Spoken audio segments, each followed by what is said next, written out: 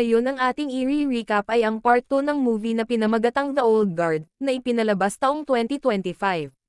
Ngunit bago ang lahat, please subscribe and click the notification bell upang ma-notify kayo sa aking mga paparating na uploads.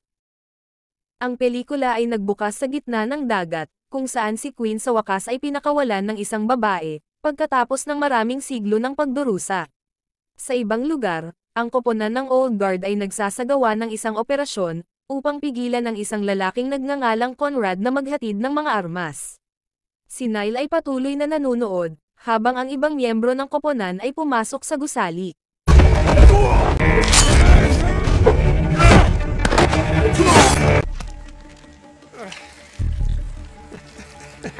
Matapos makipaglaban sa mga gwardya sa bakuran, nagnakaw sina Joe at Nikki ng kotse, na naglalayon na habulin sila ng maraming gwardya hanggat maaari.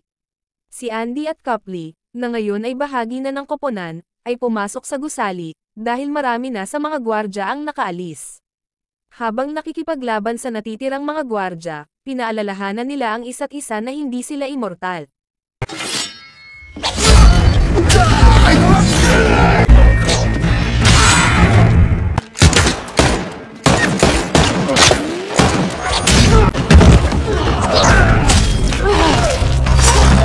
Samantala, sina Nikki at Joe ay enjoy sa pagmamaneho sa mga ninakaw na sasakyan. Pagkatapos ay sumakay si Nile sa isang speedboat papunta sa gusali, na nag-alerto sa mas maraming gwardya. Umakyat siya sa gusali, habang patuloy na nakikipaglaban sa sinumang gwardya sa kanyang dinadaanan.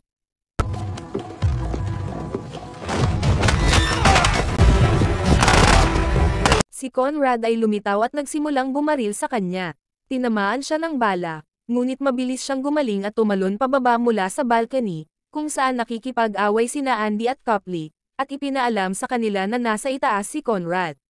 Ang mainit na pagtugis ng mga gwardya kina Joe at Nikki ay naging mas seryoso, na nagudyok kay Joe na sabihin kay Nikki na tumalon sa kanyang sasakyan. Nasaktan si Nikki sa proseso, ngunit mabilis na gumaling, at itinulak ang isa sa mga humahabol sa kanila patungo sa isang bangin. Nagmaneho sila pabalik ng buong bilis, ngunit dahil sa isang aksidente ay nahulog sila sa bangin.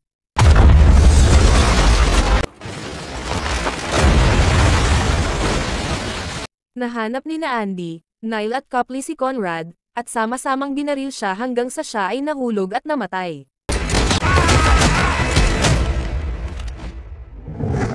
Kinuha ni Nile ang isang armas, at sinabi ni Andy na bagay ito sa kanya.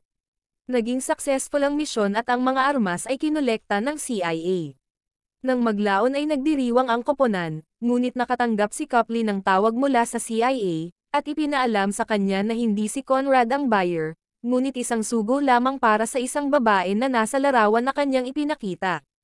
Agad na nakilala ni Nile ang babae mula sa kanyang panaginip, kung saan siya ay nasa isang sinaunang library kasama ang isang lalaki. Nangako si Andy sa kanya na malalaman nila ito sa lalong madaling panahon. Sa Paris, pumasok ang isang lasing na si Booker sa kanyang apartment, at nakatagpo si Queen na nagtanong sa kanya kung paano hanapin si Andy bago siya mahuli. Araw na magbabakasyon ang koponan sa ngayon, kaya naghiwalay sila. Sinabihan ni Andy si Copley na sumama sa kanya, dahil kailangan niya ang tulong nito. Sinabi ni Joe kay Nikki na kailangan niya ng ilang oras na mag-isa, ngunit si Nikki na nagdududa ay sumunod sa kanya kasama si Nile. Kung saan dinala si Booker, tinanong siya ni Queen tungkol sa kinaroroonan ni Andy, ngunit sinabi niyang hindi niya alam dahil siya ay naka-exile. Ipinahayag ni Queen ang kanyang galit at pagkabigo, na hindi dumating si Andy upang palayain siya mula sa pagkaalipin. Dumating si Joe sa apartment ni Booker sa Paris, ngunit nakita niya sina Nikki at Nile na nakatayo sa harap ng gusali. Nabigo ang mga ito sa kanya, dahil hindi siya dapat makipag-ugnayan sa isang taong naka-exile, ngunit ipinagtanggol niya ang kanyang ginawa sa pamamagitan ng pagsasabing nag-iisa lang si Booker. Lumabas si Nile mula sa gusali, at itinuro na maaaring may nangyaring masama, dahil wala si Booker sa apartment at may mga dugo sa dingding. Sinubukan nilang tawagan si Andy, ngunit dumiretso ang tawag sa voicemail, kaya nagmamadali silang bumalik. Samantala, dumating sina Andy at Copley sa kanilang destinasyon, at sinabihan ni Andy si Copley na maghintay sa labas, habang sinisigurado na ligtas siyang ipasok. Nakipagkita siya sa isang kaibigang nagngangalang Tua, na siyang lalaking nakita ni Nile sa kanyang panaginip. Tinanong siya ni Andy tungkol sa babaeng kasama niya, at sinabi din ang tungkol sa kanyang kaibigan na si Copley na nakatuklas ng ripple effect. Dinala ni Tua ang dalawa sa library. Ang library ay nakatuon sa mga immortal, at ipinahayag ni Tua ang kanyang paghanga sa pagtuklas ni Copley sa ripple effect, sa kanyang 43 taon sa mundo. Napansin ni Andy ang isang bakante na espasyo sa library at tinanong si Tua tungkol dito. Sumagot si Tua na ito ay ninakaw ng isa sa mga immortal na nagngangalang Discord na siyang unang immortal. Sinabi ni Copley na wala siyang nakitang bakas ng sinuman bago kay Andy, ngunit ipinahayag ni Tua na naroon si Discord noong araw na iniligtas niya si Andy, mula sa mga taong nagtapon kay Queen sa dagat. Si Discord ay umatras, at gumugol ng maraming siglo habang nagtitipon ng sapat na takot at kapangyarihan, upang hindi siya maaari pang matakot sa anumang bagay sa kanyang buhay. Inamin din sa kanila ni Tua na matagal ng panahon na siya ay nakaramdam ng takot, ngunit ipinagtapat niya na siya ay natatakot ngayon. Tinanong siya ni Andy kung posibleng alam ni Discord na nawala sa kanya ang kanyang immortalidad, na labis na ikinabigla ni Tua. Nang makauwi sila, ipinakilala si Tua sa ibang miyembro ng koponan ng Old Guard. Sinabi nila kay Andy na nasa panganib si Booker, at napagtanto nila na ito ay maaaring dahil kay Discord. Habang pinag-uusapan nila ang mga susunod na hakbang, nakatanggap ng tawag si Joe, at ipinaalam sa kanila na ito ay si Booker. Lumabas sila para kay Booker, at sinabi niya sa kanila na kailangan niyang makita si Andy. Nang makarating sila sa bahay, sinabi ni Booker kay Andy na nakaligtas si Queen mula sa Iron Maiden, at may ibinagay na sulat na nagsasabi kay Andy kung saan siya matatagpuan. Dahil dito, lumabas si Andy, ngunit sinubukan ni Nile na pigilan siya. Matapos na pagtanto ni Nile na hindi siya napanghinaan ng loob, kinumbinsi niya si Andy na payagan siyang sumama. Dumating sila sa Roma, at sinabi ni Nile kay Andy na nasa likuran lang siya. Naglakad si Andy patungo sa lokasyon at doon ay nakatagpo niya si Queen.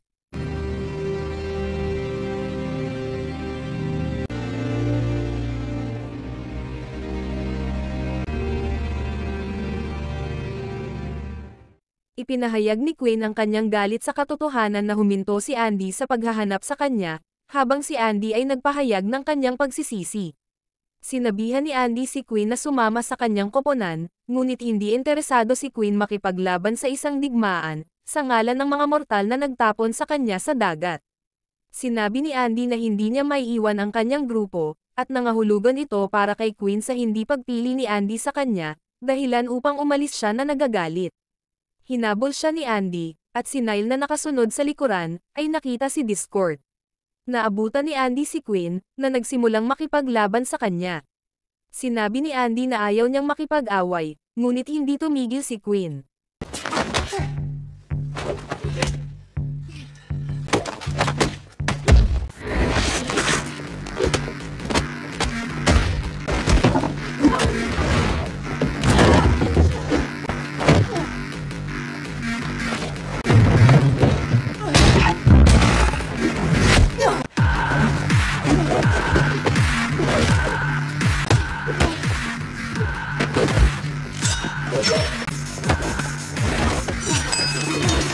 Dumating si Nile at sinabi sa kanila na naroon si Discord.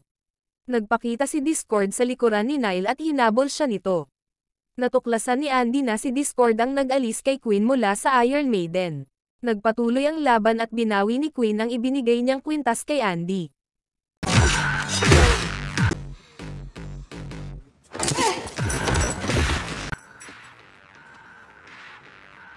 Muli siyang hinabol ni Andy, ngunit sa pagkakataong ito ay hindi na niya ito mahanap.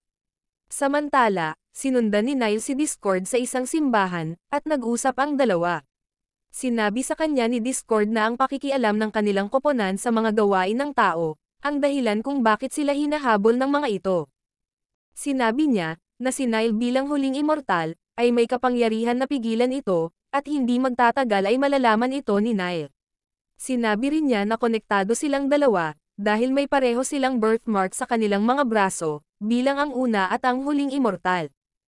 Nang makauwi sila, hinala ng koponan na may alam si Discord tungkol kay Nile na hindi nila alam.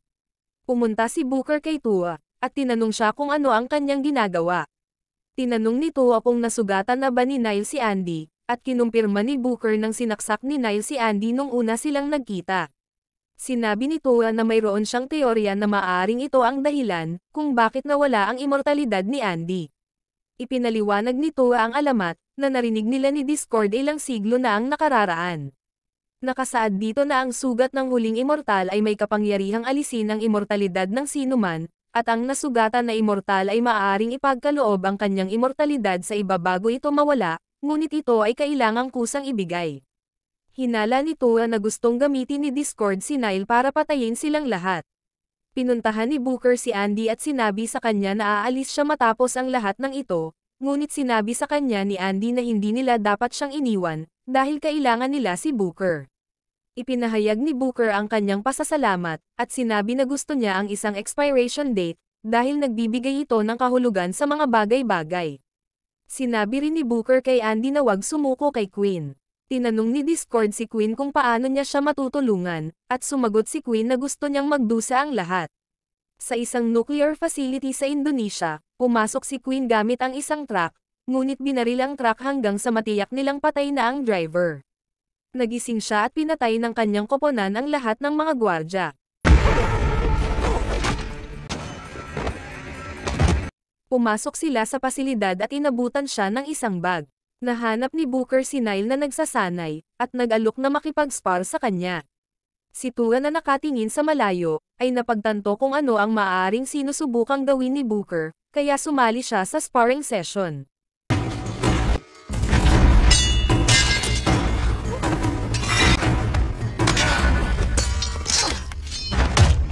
Nagpatuloy silang lahat sa sparring, at sinadya ni Booker na pumunta sa dulo ng patalim ni Nile. Sinabi niya kay Tua na nararamdaman niya ang kanyang sarili na hindi gumagaling, at pinaalalahanan siya ni Tua na kailangan niyang ibigay ito ng kusa, kung gusto niyang ibigay ang kanyang immortalidad kay Andy. Si Copley ay nakakuha ng impormasyon tungkol sa nuclear facility, at humiling sa koponan na magkita sa library. Pumunta si Booker sa silid ni Andy at ibinigay ang kanyang immortalidad sa kanya. Ipinaliwanag ni Copley na ang koponan ni Queen ay nagtanim ng bomba na maaaring makasira sa nuclear facility, at makapagpahina sa buong lugar. Sinabi ni Nile na isa itong bitag, dahil alam ni Queen na susubukan nilang pigilan ito. Gayunpaman, sinabi ni Andy na dapat silang pumunta sa pasilidad sa anumang paraan. Inamin ni Joe kay Nikki na natatakot siya sa maaaring mangyayari, ngunit magkasama pa rin silang sumulong gaya ng dati. Dumating sila sa pasilidad at tumungo sa core, ayon sa direksyon ni Copley. Wala silang nakikitang anumang pagtutol sa kanilang landas, kaya tumaas ang kanilang hinala. Papalapit sa core, nakahanap sila ng ilang pagtutol, ngunit hindi sila gumamit ng baril, dahil sa nuclear bomb.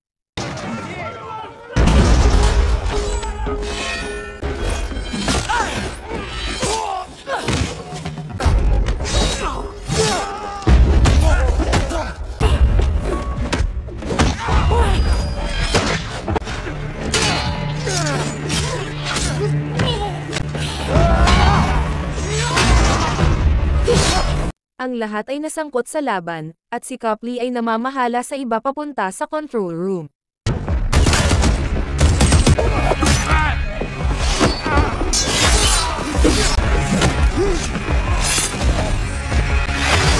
Sinubukan ni Nile na samahan si Andy sa kanyang laban, ngunit natalo sa proseso.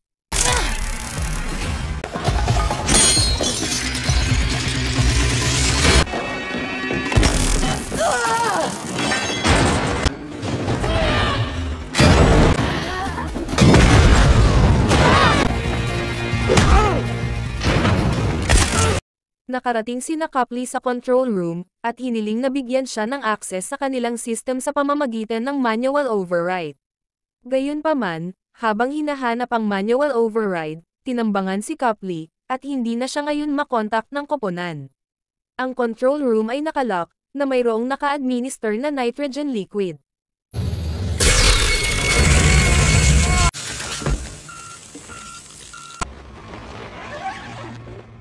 Samantala, inatake si Andy ng dalawang sundalo, hanggang dumating si Booker para iligtas siya. This way. Nakatakas sila sa isang pinto, at napansin ni Booker ang paghilom ng mga sugat ni Andy. Kailangan nilang dumaan sa isa pang pinto at si Andy, na iniisip pa rin na siya ay mortal, ay pinauna si Booker. Ngunit ipinaliwanag ni Booker na ibinigay niya ang kanyang immortalidad sa kanya, kung kaya si Andy na ang immortal ngayon. Bumukas ang pinto, at ginamit ni Andy ang kanyang sandata para manatili itong bukas. Nakipaglaban siya sa mga sundalo, at natuklasan niya na nagsasabi ng totoo si Booker.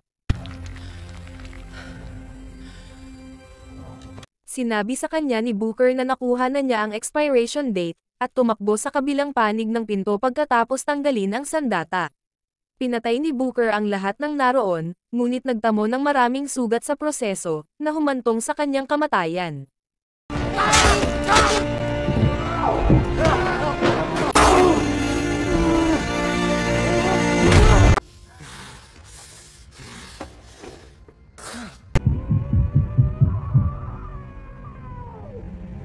Nagising si Nile at pumunta sa core room, kung saan nakatagpo niya si Queen, at naglaban ang dalawa.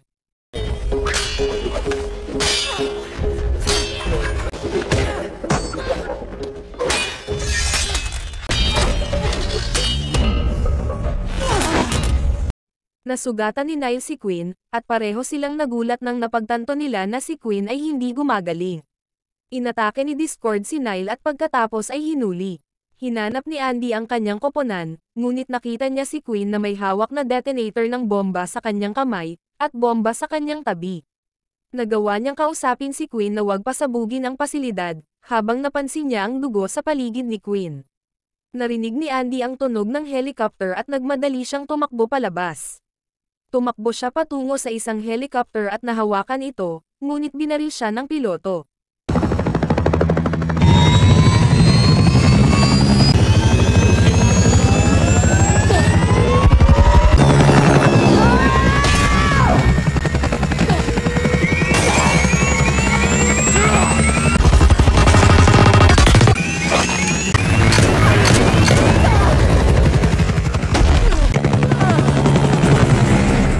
Sinubukan siyang hampasin ng helicopter na kinaroroonan ni Discord, ngunit umikot siya sa likod, pumasok sa helicopter, at tinulak si Discord palabas. Sinabihan ni Discord ang helicopter na umikot, at naglaban ang dalawa.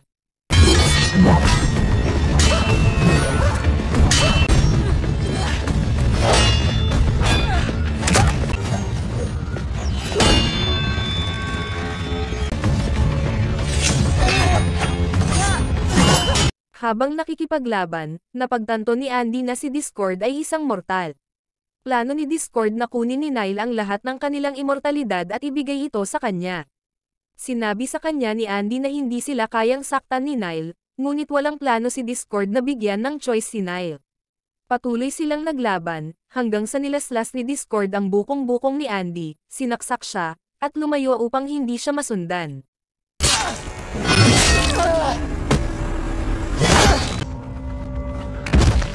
Sa puntong ito, nangako si Andy na hahanapin sila, ngunit sinabi ni Discord na magiging immortal na siya sa panahong iyon. Balik sa library, sinubukan ni Andy na maghanap ng anumang makakatulong sa kanya, ngunit nabigo siya habang inaalagaan niya si Queen. Pagkaraan ng ilang oras, umalis si Andy kasama si Queen, upang hanapin ang ibang miyembro ng kanyang koponan. At dito nagtapos ang kwento. Hanggang sa muli, maraming salamat sa panonood.